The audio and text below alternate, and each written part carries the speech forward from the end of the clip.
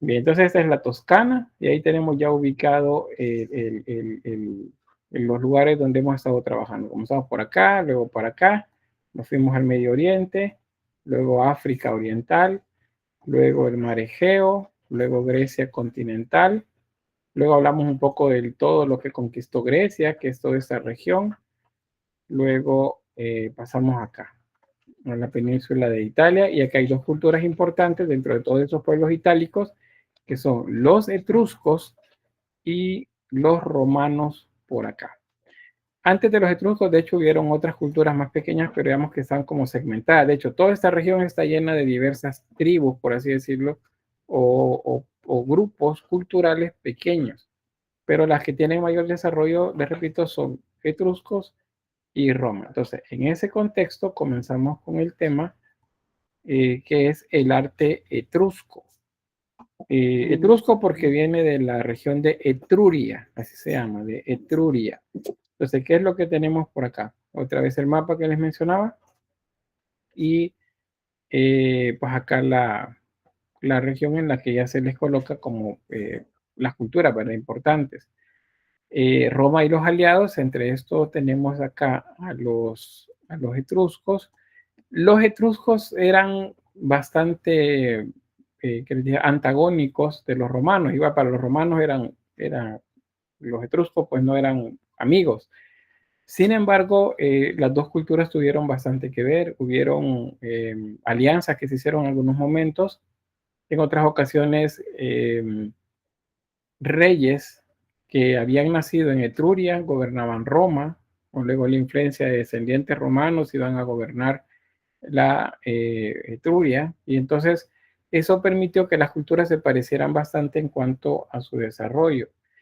Entonces, en ese contexto de que en la parte continental tenemos esas dos culturas que están desarrollando, los cartagineses, o sea, las personas de Cartago, de la ciudad de Cartago, estos desarrollaban pues mucho comercio con ellos, con los griegos y con los romanos. De hecho, si ustedes buscan cartagineses o Cartago, van a encontrar pues que eran prácticamente quienes dominaban el océano en esa región, o el mar Mediterráneo en esa región.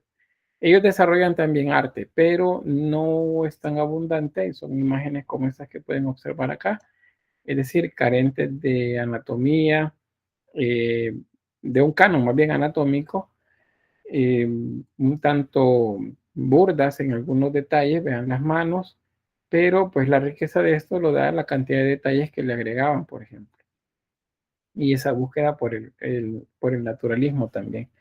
Se han encontrado pues piezas en barro mayormente, no hay pintura, no hay mucha arquitectura tampoco de esa época, pero pues hay vestigios escultóricos como esos que ven por acá. Y si los observamos, pues vemos, bueno, bien, se parece un poco a, por ejemplo, esto, se parece un poco al arte griego y bueno, son sarcófagos, nos remite un poco también a Egipto. Y es cierto, y las dos culturas tuvieron relaciones comerciales o de guerra también con ellos. Y tenemos otras imágenes. Las figuras femeninas siempre vinculadas a la naturaleza o al campo, a la fertilidad. Eso es lo que está por acá. Y figuras masculinas también. Estos son adornos. Usted sabe pues que tenían bastantes adornos. Entonces, los cartagineses tenían dominio principalmente en esta región. Lo que vemos en morado es Etruria, es la región etrusca, y Roma acá. Lo que vemos en rosado, esto es la Magna Grecia, o sea, es donde los griegos tenían dominio. Y por eso es que toda esta zona, como había relaciones comerciales entre ellos, se parece. Es como que les dijera, miren, nosotros y los guatemaltecos y los hondureños o nicaragüenses estamos en la misma región y aunque somos países diferentes, nos parecemos bastante mucho. Entonces, así es esto que vemos por acá. Ahora bien, ya propiamente de Etruria. Aquí está la ubicación geográfica a partir del mapa que les mencionaba. Se sabe que es en el siglo VIII donde pues aparecen ya ciudades ya bien constituidas. Hay dos teorías, algunos dicen hasta tres teorías acerca de cuál es el origen de los etruscos. Unos dicen que son pueblos africanos que emigraron a través de la región de Cartago hacia la Italia, la península de Italia. Otros dicen que eran pueblos oriundos de la región, o sea, pequeños pueblos nómadas que se asentaron y que luego comenzaron un crecimiento cultural en el lugar, económico, político, social. Y otros piensan, o más bien teorizan, no piensan, sino teorizan, que son pueblos venidos desde el oriente, del Medio Oriente, de la región de Anatolia. ¿Se acuerdan Anatolia? Bueno, se las muestro en el mapa, vamos a ver por acá. Anatolia es esta región de acá. Aquí. Y aquí les voy a recordar la idea de, ¿cómo se llama esta? De la Ilíada. Al final de la Ilíada, cuando los aqueos entran a Troya y la destruyen, entonces, pues básicamente, pues es una masacre ahí, pero hay sobrevivientes que se van. Entonces, una de las teorías es que son migrantes venidos de esta región que atravesaron la Grecia continental y terminaron en esta región de acá. Estos son los que les decía se mezclan luego con los romanos. Entonces, hay teorías, especialmente en Roma, historiadores romanos, que plantean que, por ejemplo, un sobreviviente de ellos, que es Eneas, acuérdense, Eneas es parte de los troyanos, él funda la ciudad acá, pero ellos lo refieren a Roma, no a los etruscos, sino más bien a Roma. Y que, bueno, ellos se desarrollan como una cultura y cuando ellos terminan conquistando Grecia es como que de esa manera se cierra el círculo. Y aquellos que fueron afrentados ahora son vengados porque los griegos ahora son los que pierden la batalla. Hay libros como por ejemplo la Eneida que relatan pues situaciones como esas. Entonces, esas son como las teorías que se tienen acerca del origen. Lo cierto es que ya para el siglo VIII, cuando Roma comenzaba a convertirse pues también en una ciudad importante en esa región, ya los etruscos ya estaban bien establecidos. Eh, Hubo, como les mencionaba, apogeo, una época de apogeo, ese se llama periodo primitivo, este va al siglo VI, y en esta época también encontramos muchas influencias griegas en las obras, especialmente sarcófagos. Vamos a encontrar bastantes sarcófagos griegos. En el periodo medio, acá la producción artística disminuye entre el siglo V y siglo IV. Acá tenemos en Grecia el periodo clásico. Y mientras Grecia estaba en el periodo clásico, los etruscos comenzaban a disminuir. Eso tiene que ver con guerras. Pues había bastante guerra en la región en un momento de inestabilidad, porque pues estaban esa no solamente los romanos, sino otros pueblos de la región que se formaban alianzas y trataban de conquistar más territorio.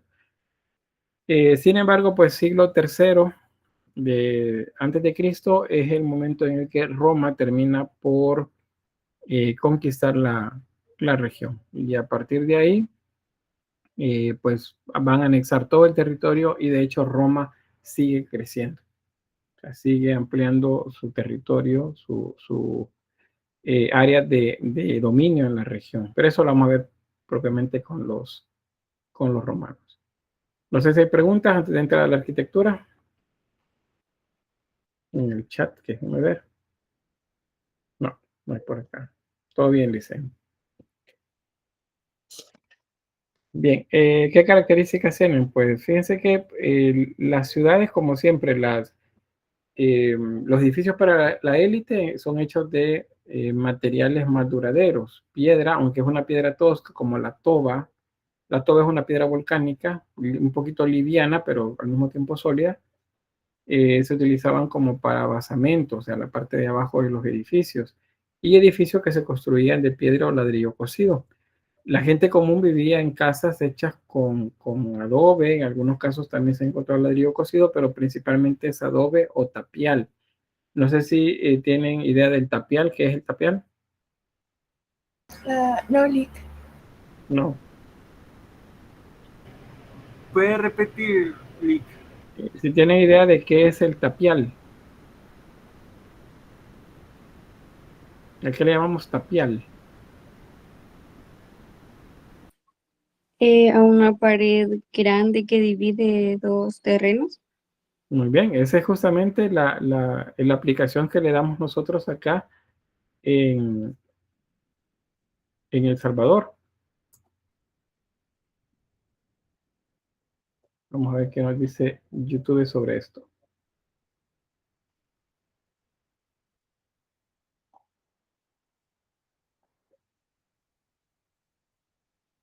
Creo que es. Vean, el tapial es una técnica de construcción en la que, o sea, sí se hacen paredes y por eso quizás nosotros acá en nuestro país le llamamos, le decimos tapial, pero básicamente el tapial es esto, mira.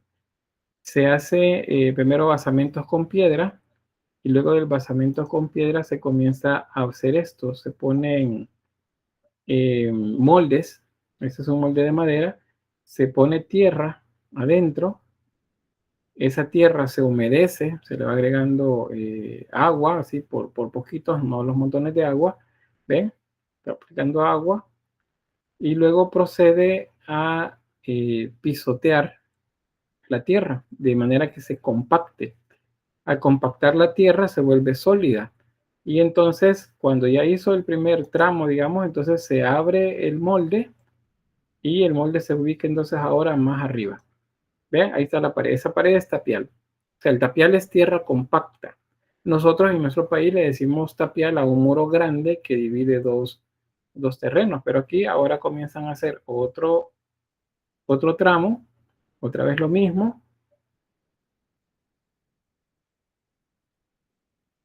¿Ven? Y otra vez a pisotearlo para compactarlo, se agrega agua, se sigue poniendo tierra, agua, se va a seguir compactando y así se sigue construyendo. Este tiene adobe, esta parte de acá es adobe, esto es adobe, esto que ven acá en la parte inferior izquierda, pero lo que se ve al fondo es tapial. Entonces, eso es a lo que me refiero cuando digo tapial, acá, porque dice tapial, dice acá. Usaban ladrillo cocido y tapial. El tapial entonces es una técnica que sirve para compactar barro, tierra, y con eso se construyen paredes. Carlos dice, utilizando materiales locales y naturales, dice. Carlos dice, creación de muros con tierra compactada dentro de un encofrado, utilizando materiales locales y naturales. Muy bien. El encofrado es justamente esos moldes de madera. O sea, el encerrar ustedes una zona para crear un molde, eso se llama encofrado. Eso es el término. Bien, ¿qué ejemplos tenemos? Pues aquí están algunos muros que han subido el paso del tiempo, algunas puertas también, o basamentos como estos que ven por acá. Eso es, no hay mucho que haya sobrevivido el paso del tiempo. Ahora, aquí les doy el tip sobre qué es lo que pasó. Resulta que los romanos conquistaron la región.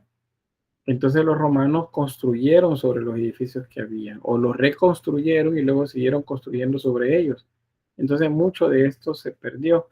Pero bueno, aquí he encontrado en un libro pues unas gráficas que nos muestran algunos arcos y puertas etruscas que todavía están ahí. ¿Por qué? Porque los romanos las utilizaron como parte de otros edificios. Este es un dato nuevo que no teníamos antes. Arcos. Los arcos no los han utilizado otras culturas en la región. Eso es algo nuevo, salvo los micénicos tenían algo que se llamaba arquería falsa o falsos arcos o falsas bóvedas, pero arcos como tales, como estos, solo los etruscos que los utilizaron pues en su momento.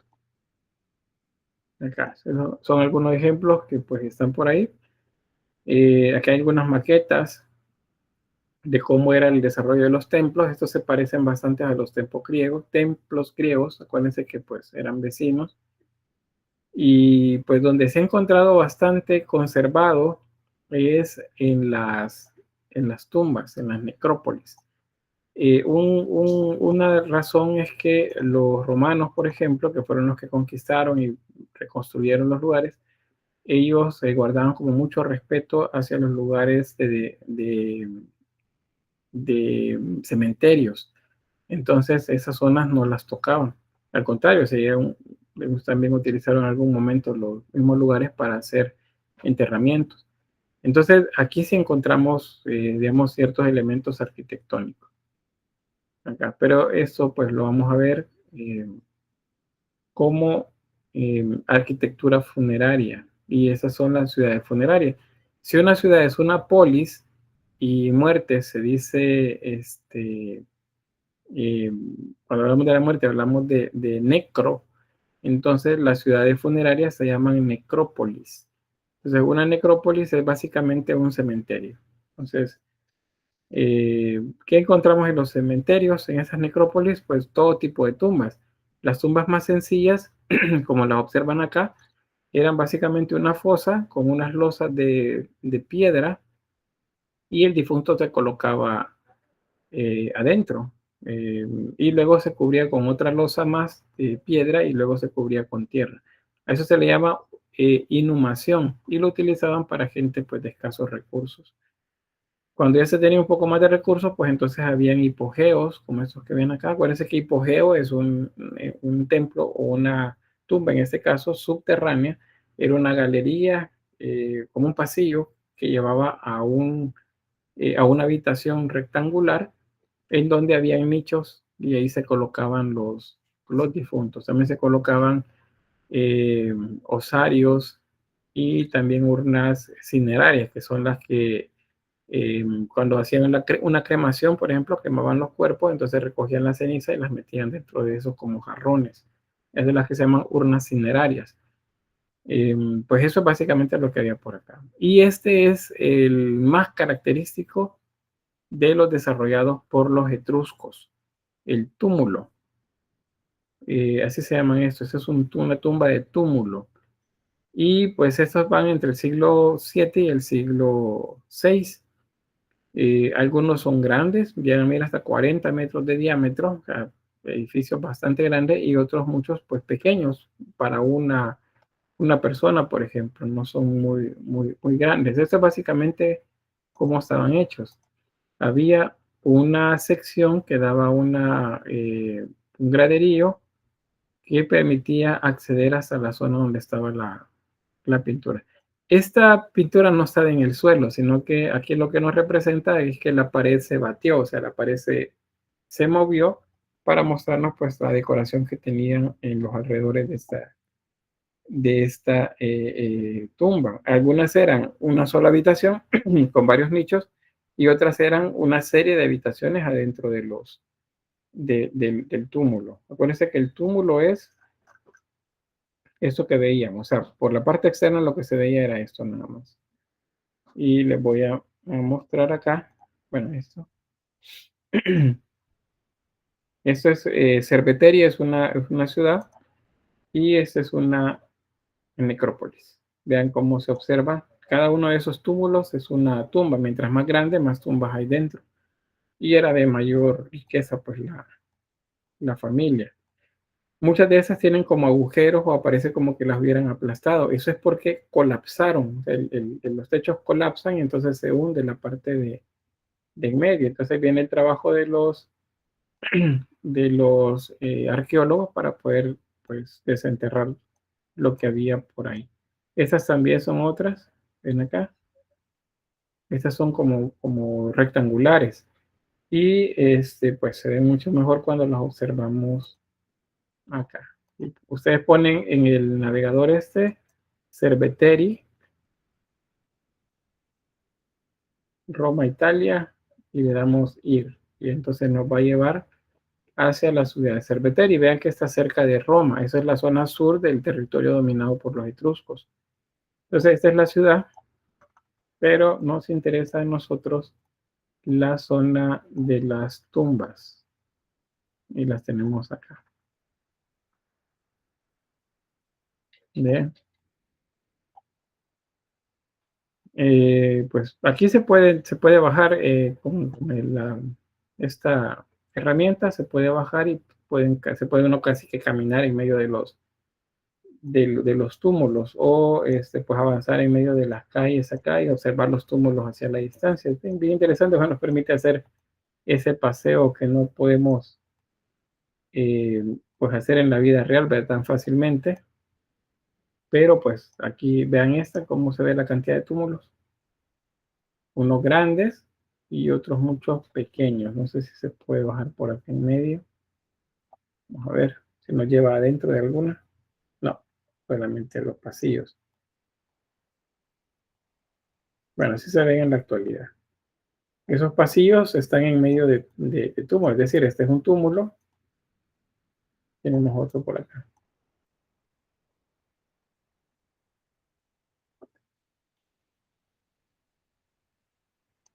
Ahí están. Y hay zonas en las que pues los túmulos están colapsados. Bueno, aquí hay zonas de trabajo arqueológico. Y bueno, por aquí digo, estos están colapsados. Eso es decir, esto se hundió la estructura y entonces pues ahí vienen los arqueólogos a tratar de reconstruir qué es lo que había ahí. Quiero ver si podemos bajar por acá.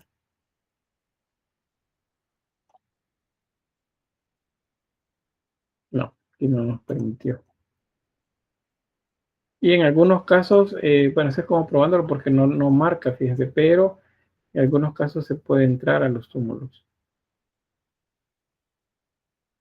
No, se lo llevo cerca ese también. Bueno, ahí está. Ahí tiene el tamaño de las personas y ahí están las entradas a los túmulos.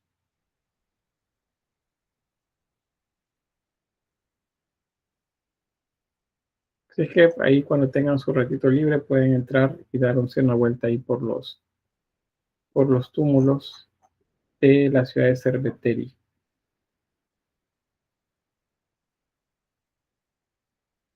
Aquí ejemplo, este es el que les mencionaba cuando están colapsados. Entonces, pues los arqueólogos comienzan a hacer un trabajo de reconstrucción del lugar. Primero la excavación y luego pues a trabajar tratando de encontrar qué es lo que había pues ahí en el lugar. Este es el interior de una tumba. En eso se encuentran bastantes símbolos de la vida cotidiana, herramientas en hierro, eh, herramientas utilizadas para la agricultura, la ganadería, algunas armas también. Todo eso, en este caso, toda la tumba está llena con estos símbolos. Y bueno, ya les mencionaba que pues habían culturas que habían trabajado bastante el hierro en esta región.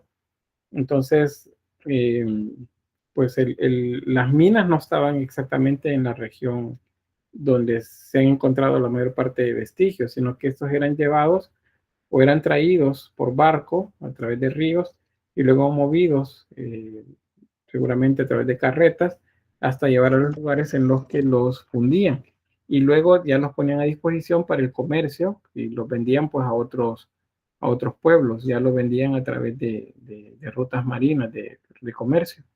Entonces eso aparece por acá, por eso hay muchos símbolos ahí, son elementos pues que simbolizan pues esa vida de orfebrería que tenían los etruscos. Nos vamos a quedar por acá por el tiempo y mañana pues hablamos acerca de las eh, pinturas que se encuentran y las esculturas que se encuentran dentro de estos lugares.